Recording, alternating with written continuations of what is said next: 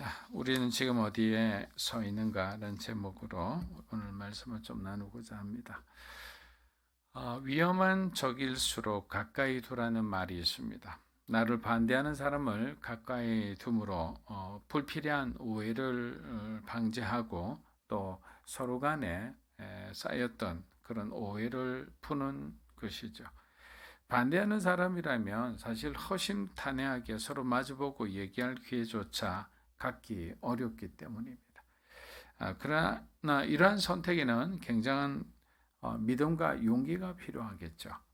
왜냐하면 공동체를 화합시키기 위해서는 내 것을 내가 먼저 양보하고 희생해야 되기 때문에 내가 더 많이 가질 수 있지만 그 사람과 화합하기 위해서는 그 사람에게 더 많이 내어줘야 되는 거예요.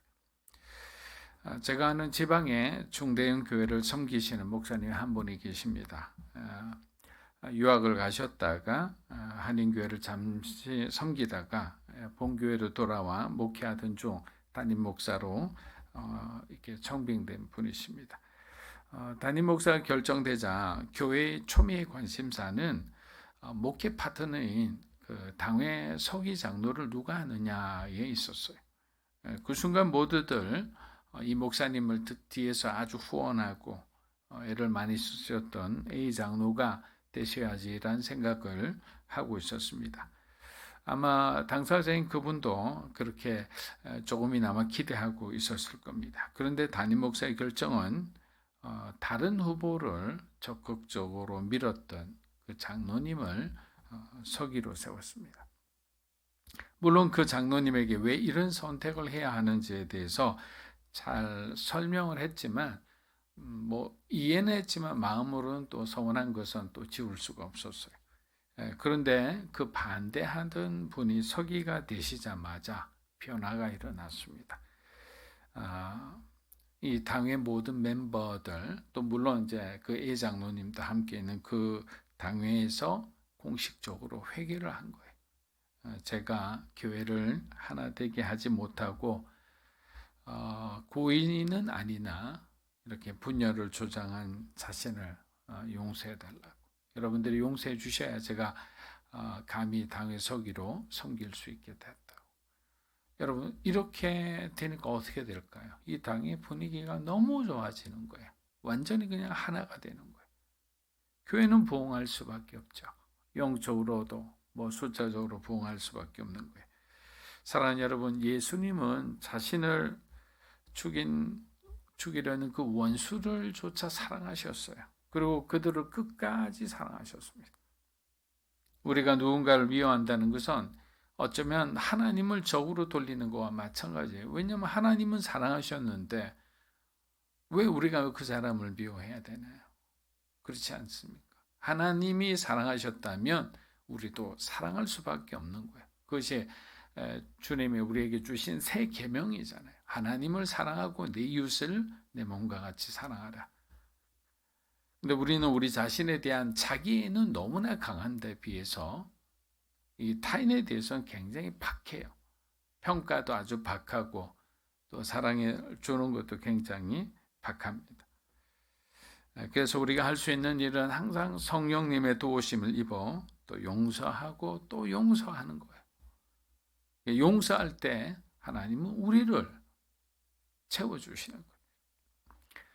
반면 사울은 가장 진실하고 충성스러운 부하인 다윗을 적으로 만들어버렸습니다. 왕의 의무는 무엇보다 국가와 백성의 이익을 우선으로 삼아야 되죠. 그러나 사울의 행동은 개인적인 질투와 이 시기심으로 가득 차 있었습니다. 그러니까 그가 하는 말이나 그가 하는 결정은 다 그런 어떤 잘못된 생각에서 출발된 거예요. 그는 심히 노하였고 정신없이 떠들어댔으며 창을 던지고 두려워하여 다윗을 내쫓기도 했습니다. 18장 15절을 보면 마침내 사울은 다윗을 두려워하기 시작했다 했는데 단순히 그가 백성들로부터 인기가 많아서가 아니에요. 하나님의 계획이 이 젊은이를 통해 이루어질 것을 알았던 거죠.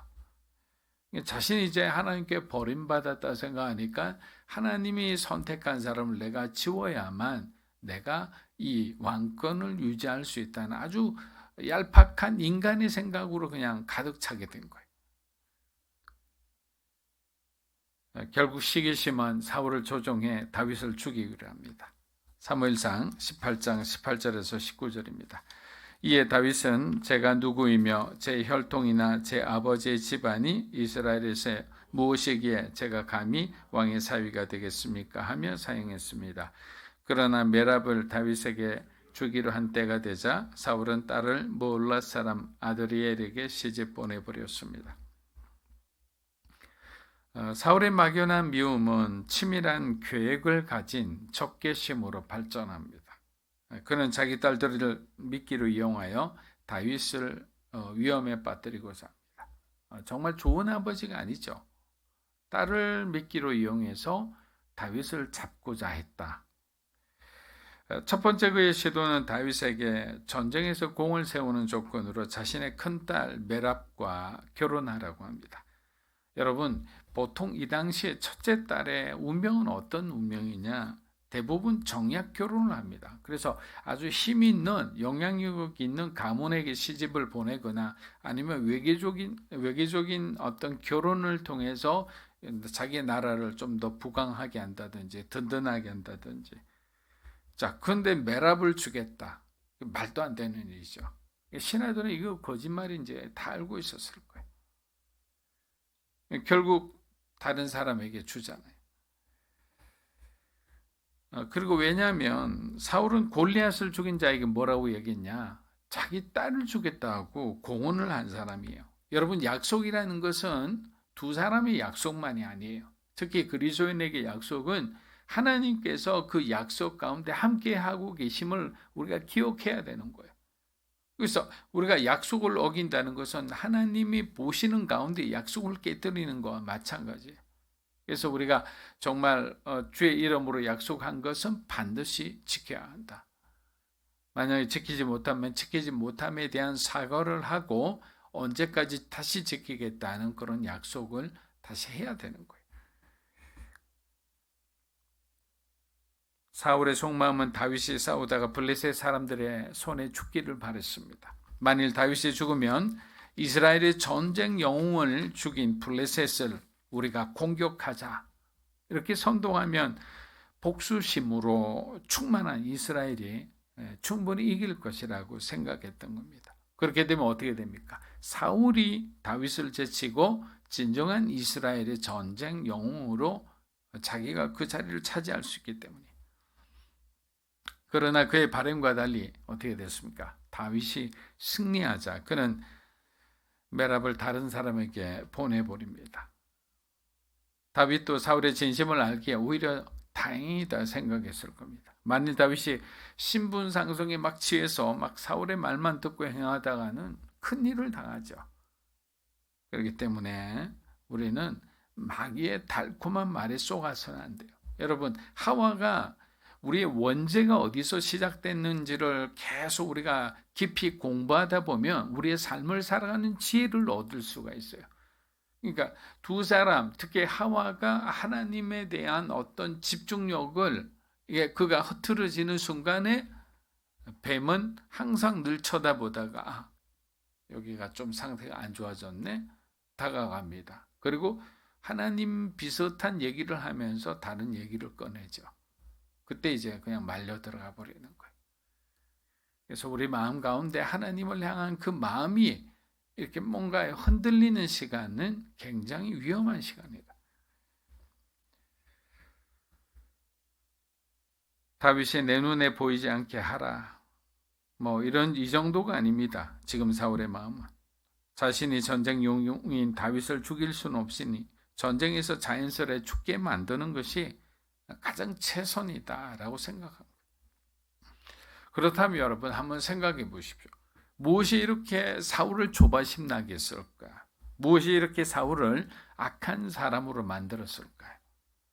여기에는 크게 두 가지 이유가 있습니다. 첫째는 사울은 하나님과의 관계를 올바로 정립하지 못했어요.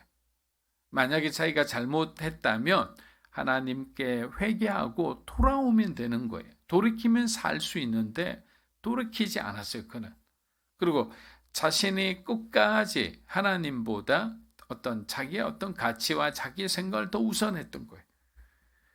하나님은 그를 버리셨어요. 사울은 회복의 메시지를 사무엘로부터 듣지 못했습니다. 그렇다면 사울이 해야 할 일은 하나님께 자신이 저지른 죄를 진심으로 회개해야죠. 그런데 지금 사울이 하고 있는 모습을 보면 사무엘을 통해 다른 사람에게 왕권이 넘어갈 것을 사울에게 분명히 얘기했음에도 사울은 사실은 지금 하나님의 명령에 불복종하는 거예요.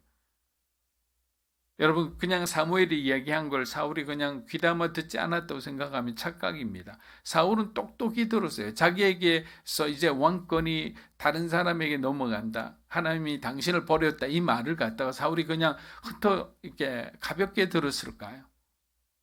마음속으로. 그래도 나는 내 왕권을 지킬 거야. 뭐 이런 마음을 먹었겠죠. 만일 사울이 회개한 후 정말 성령 충만한 상태에 있다면 그는 오히려 다윗을 자신의 후계자로 세우고 그를 중심으로 나라를 이끌어가도록 만들었을 거예요. 그러나 여러분, 이 권력의 맛을 본 사울은 이게 무서운 거예요. 더 이상 과거 행구 뒤에 숨어서 두려워 떨던 그 순수한 청년이 아니었어요.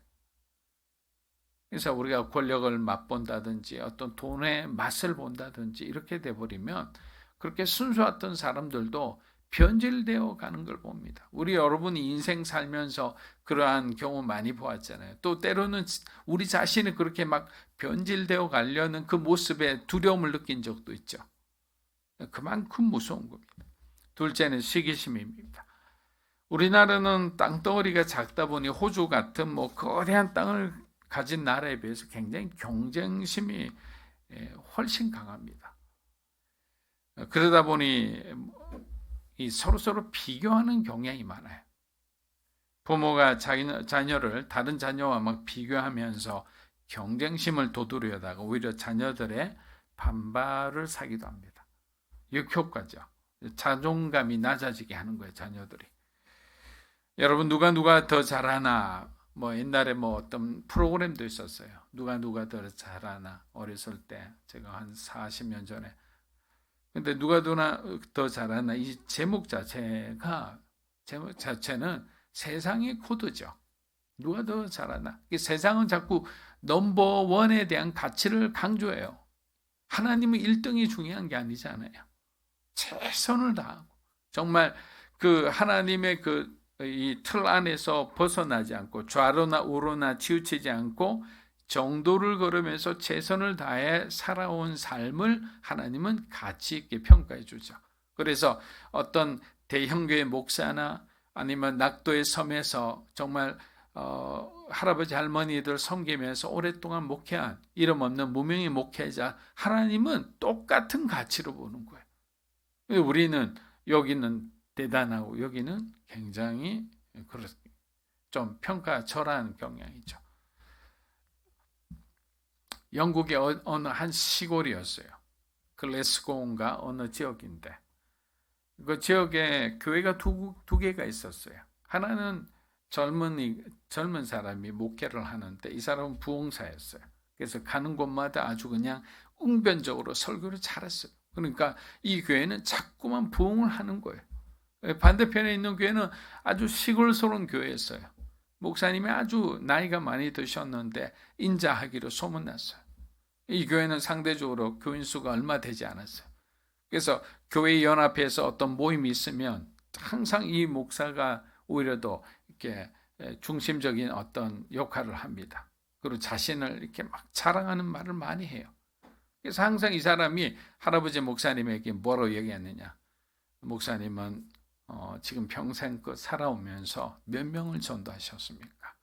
약간 비아냥거리듯이 이야기한 거죠. 그래서 목사님은 제가 이렇게 목사님처럼 언변이 뛰어나지도 못하고 하다 보니까 많은 사람에게 복음을 전할 그런 기회가 없었습니다. 그러나 제가 한 가지 기억나는 것은 제가 오랫동안 이렇게 양육했던 한 청년이 기억납니다.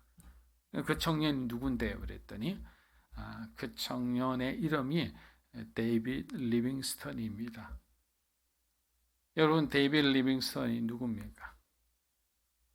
아프리카의 그 아버지라는, 선교의 아버지라는 분이잖아요. 이 사람이 아무리 뭘 해도 정말 훌륭한 제자 한 사람을 양육했을 때 이 제자가 아프리카 대륙을 그냥 복음으로 물들였던 사람이라면 하나님은 어떤 가치로 보겠어요? 우리가 생각하는 거하고는 다른 거예요. 그렇기 때문에 너무 정말 우리 일상에서 너무 일희일비하지 않아도 된다는 거예요. 여러분, 성경에는 성공이란 단어가 없습니다. 반면에 섬김이란 단어는 신약에만 29번이나 나옵니다. 독일 출신 여성 교사님인 서서평 선교사님은 구화를 돌보며 또 여성들의 교육과 사회 참여와 차별금지 등의 사역을 하시다가 질병으로 돌아가셨습니다. 1934년 7월 7일 전라남도 광주에서 최초의 시민사회장으로 그의 장례를 집례하였고, 장지로 가는 길에 천여 명의 사람들이 어머니 부르며 뒤따랐다고 합니다. 유품을 정리하기 위해 방에 들어가 보니 작은 방에 남겨진 것은 먹다 남은 보리쌀 한 줌이었다고 합니다. 그리고 선교사님의 책상 옆에 이런 글귀가 적혀 있었습니다. 성공이 아니라 섬김이다. Not success but service. 이런 글이 적혀 있었답니다. 사울은 성공을 바라고 산 사람이었다면 다윗은 하나님을 섬기는 기쁨으로 산 사람이었습니다. 목적이 다르니 결과도 다를 수밖에 없습니다. 한 사람은 전장터에서 죽음으로, 한 사람은 통일 이스라엘의 왕으로 등극하게 됩니다. 너무나 다른 인생이죠. 사무엘상 18장 26에서 27절입니다. 신하들이 다윗에게 이 말을 전하자 다윗은 왕의 사위가 되겠다고 흔쾌히 대답했습니다. 정해진 시간이 다 되기 전에 다윗은 사울 왕의 사위가 되기 위해 자기 군사들과 함께 나가 블레셋 사람 200명을 죽이고 그 명수만큼의 포피를 가져다가 왕에게 바쳤습니다. 그러자 사울은 자기 딸 미갈을 다윗의 아내로 주었습니다. 자, 사울은 당시의 풍습을 이용해 다윗을 궁지로 몰고자 했습니다. 당시의 풍습은 뭐냐면 결혼하기 위해서는 장인에게 결혼 지참금을 줘야 되는 거예요. 그런데 결혼 지참금이 다윗이 뭐 돈이 있습니까? 그러니까 이제 전쟁에 가서 네가 이렇게 100명의 군사들에게 포피를 네가 떼어서 가져오면 네가 그 사람을 죽인 곳으로 간주하겠다. 그 정도면 충분하다. 이렇게 했는데 사실은 이제 전쟁에서 죽기를 바랬던 거죠. 그런데 다윗이 200명을 죽이고 돌아온 거예요. 결국 사울의 꾀는 어떻게 됩니까? 다윗의 명성만 높아지게 한 거예요.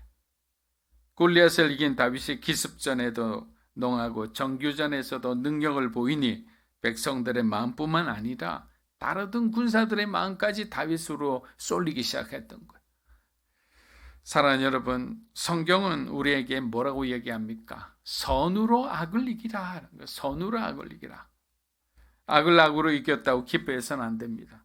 악을 이기기 위해 불법을 행하거나 악한 마음을 먹는 것은 도리어 우리가 악에게 지는 일이에요.